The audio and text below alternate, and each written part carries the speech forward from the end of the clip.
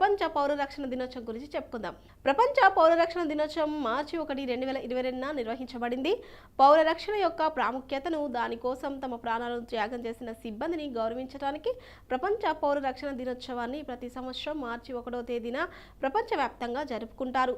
పౌర రక్షణ అత్యవసర నిర్వహణ గురించి ప్రజలకు అవగాహన కల్పించడం, అత్యవసర పరిస్థితుల్లో తమను తాము రక్షించుకోవడానికి, విపత్తు ప్రమాదాన్ని తగ్గించడానికి పౌర జనాభాను మెరుగ్గా సిద్ధం చేయడం ఈ దినోత్సవం యొక్క ఉద్దేశం.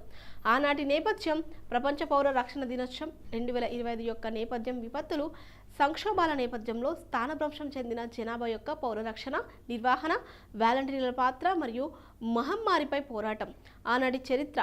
పౌర రక్షణ దినోత్సవాన్ని అంతర్జాతీయ పౌర రక్షణ సంస్థ 2012లో అధికారికంగా ప్రారంభించింది.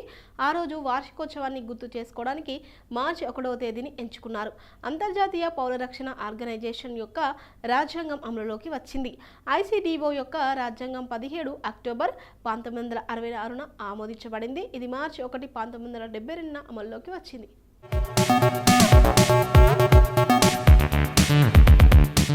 ఇది ICDOకి ప్రభుత్వ అంతర సంస్థల స్థితిని ఆపాదిస్తుంది. ప్రతి సంవత్సరం మార్చి 1వ తేదీని ప్రపంచవ్యాప్తంగా ప్రపంచ పౌర రక్షణ దినోత్సవంని జరుపుకుంటాము. ప్రాణాలను త్యాగం చేసిన సిబ్బందిని గౌరవించేందుకు ప్రపంచ పౌర రక్షణ దినోత్సవంను జరుపుకుంటాము. ఈ దినోత్సవం యొక్క ఉద్దేశం ఏంటి? పౌర రక్షణ అత్యవసర నిర్వహణ గురించి ప్రజలకు అవగాహన కల్పించడం, అలానే అత్యవసర పరిస్థితుల్లో ప్రమాదం నుండి బయటపడేందుకు వాళ్ళని వాళ్ళు రక్షించుకోవడానికి పౌర జనాభాను మెరుగ్గా సిద్ధం చేయడమే ప్రపంచ పౌర రక్షణ దినోత్సవం యొక్క ఉద్దేశం. ఎలా పౌర రక్షణ దినోత్సవం మొదలుపెట్టారు? అంతర్జాతీయ పౌర రక్షణ సంస్థ 2012లో అధికారికంగా పౌర రక్షణ దినోత్సవాన్ని మొదలుపెట్టారు. ఆ రోజు వార్షికోత్సవాన్ని గుర్తుకు చేసుకోవడానికి మార్చి 1వ తేదీని ఎంపిక చేసుకుంటారు. అంతర్జాతీయ పౌర రక్షణ సంస్థ 1990లో ప్రపంచ సెలవు దినంగా ప్రకటించింది. ఇది ఒక అంతర్ప్రభుత్వం సంస్థ. పౌరులు అభివృద్ధి చెందడానికి, సేఫ్గా ఉండడానికి సహాయపడుతుంది. మౌలిక సదుపాయాలు, పర్యావరణాన్ని కూడా పరిరక్షిస్తుంది. ప్రపంచ పౌర రక్షణ దినోత్సవం చరిత్ర.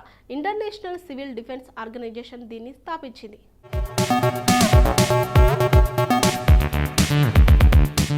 1931లో surgeon general George Saint Paul దీన్ని మొదలుపెట్టారు. అసోసియేషన్ ఆఫ్ జెనీవా జోన్స్ను కూడా ఈయన స్టార్ట్ చేశారు. తర్వాత ICDOగా మారింది. పౌరులకు ప్రకృతి వైపరీత్యాల నుండి ఎలా వాళ్ళని రక్షించుకోవాలో నేర్పడం, వాటిని ఎలా నివారించాలి, ఎలా వాళ్ళని సిద్ధం చేయాలి వంటివి నేర్పడం జరుగుతుంది.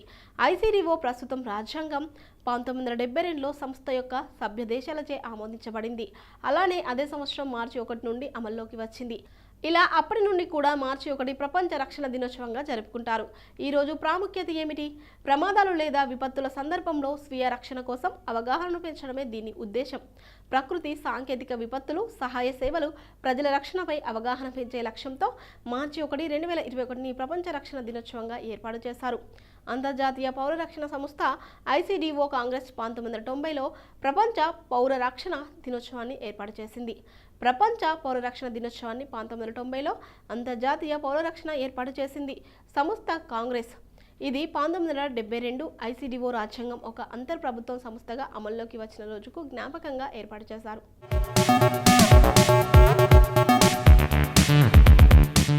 ICDOను ప్యారిస్లో 1931లో French surgeon George Saint Paul స్థాపించారు. దీన్ని జూన్ 1935లో ఫ్రెంచ్ పార్లమెంట్ గుర్తించింది. అనంతరం 1972లో ఇది ఒక అంతర్ప్రభుత్వం సంస్థ హోదాను పొందింది. ICDO రాజ్యాంగంలో 2 ప్రయోజనాలు ఉన్నాయి. ప్రపంచవ్యాప్తంగా పౌరుల రక్షణ ప్రాముఖ్యతపై ప్రజల దృష్టిని మరల్చడం, ప్రమాదం లేదా విపత్తు సంభవించినప్పుడు తీసుకోవాల్సిన స్వీయ రక్షణ జాగ్రత్తలు, నివారణ చర్యలపై ప్రజల్లో అవగాహన పెంచడం దీని లక్ష్యం. అభినందనలు తెలియజేస్తుంది. విపత్తు ఉపశమనానికి బాధ్యత వహించే జాతీయ సంస్థల ప్రయత్నాలు, త్యాగాలను గుర్తు చేస్తుంది.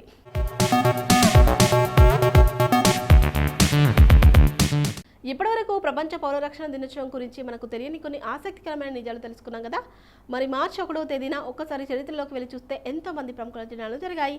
మరి మార్చి 1వ తేదీన చరిత్ర పుటల్లోకి వెళ్ళి నేడు జన్మించిన ప్రముఖులు ఎవరో తెలుసుకుందాం రండి. NC కారుణ్య సుప్రసిద్ధ నేపథ్య గాయకుడు. ఇతడు ఇండియన్ ఐడల్ సీజన్ 2లో 2వ స్థానాన్ని పొంది జాతీయ స్థాయిలో గుర్తింపు తెచ్చుకున్నాడు. కారుణ్య మార్చి 1, 1986 తేదీన హైదరాబాద్లో ఒక సంగీత విద్వాంసుల కుటుంబంలో జన్మించాడు. 4 సంవత్సరాల వయసు నుండే సంగీతంలో శిక్షణ పొందాడు. మామయ్య NC మూర్తి వద్ద 14 సంవత్సరాలకే కఠోరమైన శిక్షణ పొందాడు. ఇతడు ఇంజనీరింగ్ పూర్తి చేశాడు. చిన్నతనంలోనే చిరుసరిగమల పేరుతో ఆల్బమ్ చేశాడు. దీనిని చిరంజీవి ఆవిష్కరించారు. తర్వాత ఈటీవీలో ఎస్పి బాలసుబ్రహ్మణ్యం నిర్వహించిన పాడుతా తీయగా కార్యక్రమంలో విజేతగా నిలిచాడు. ఇతడి రెండవ ఆల్బమ్ సాయి మాధురిని శ్రీ సత్య సాయిబాబా సమక్షంలో విడుదల చేశారు. సోనీ టెలివిజన్లో పాల్గొన్న ఇండియన్ ఐడల్ రెండవ సంచికలో పాల్గొని అశేష జనావళికి ప్రీతిపాత్రుడై రెండవ విజేతగా నిలిచాడు.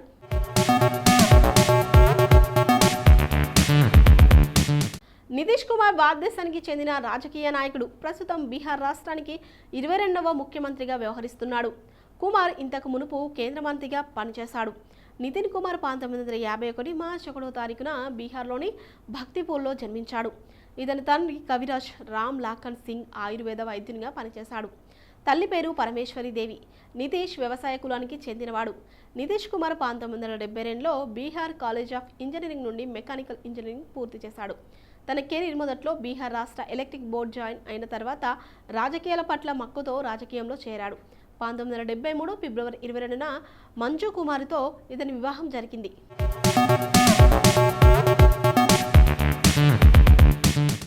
ఎంకే స్టాలిన్ తరచుగా అతని మొదటి అక్షరాలు ఎంకేఎస్ అని పిలువబడే తమిళనాడుకు చెందిన ఒక రాజకీయ నాయకుడు. ద్రవిడ మున్నేట్ర కజగం రాజకీయ పార్టీ అధ్యక్షుడు. అతను 1996 నుండి 2002 వరకు చెన్నైకి 37వ మేయర్, 2009 నుండి 2011 వరకు తమిళనాడు మొదటి ఉప ముఖ్యమంత్రిగా ఉన్నారు. తమిళనాడు ప్రస్తుత ముఖ్యమంత్రిగా 2021 మే నుండి అధికారంలోకి ఉన్నారు. తమిళంలోని రెండవ ముఖ్యమంత్రి డిఎంకే చీఫ్ ఎం కరుణానిధి మూడవ కుమారుడు. తన రెండవ భార్య దయాలు అమ్మాల్కి మార్చి 1, 1953న జన్మించారు. స్టాలిన్ మద్రాస్ విశ్వవిద్యాలయంలో చెన్నైలోని న్యూ కాలేజ్ నుండి చరిత్రలో తన గ్రాడ్యుయేషన్ పూర్తి చేశాడు. 2006 అసెంబ్లీ ఎన్నికల తర్వాత తమిళనాడు ప్రభుత్వంలో గ్రామీణాభివృద్ధి శాఖ స్థానిక పరిపాలన మంత్రిగా స్టాలిన్ పదవిని పొందారు.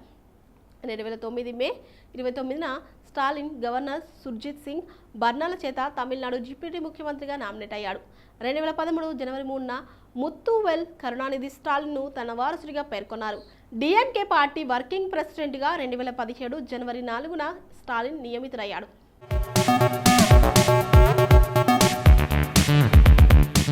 క్రిస్టల్ డిసౌజా ప్రధానంగా హిందీ టెలివిజన్ ధారావాహికలో నటించే భారతీయ నటి. ఆమె 2007లో కహే నా కహేలో కించల్ పాండే పాత్రతో తన నటన రంగ ప్రవేశం చేసింది.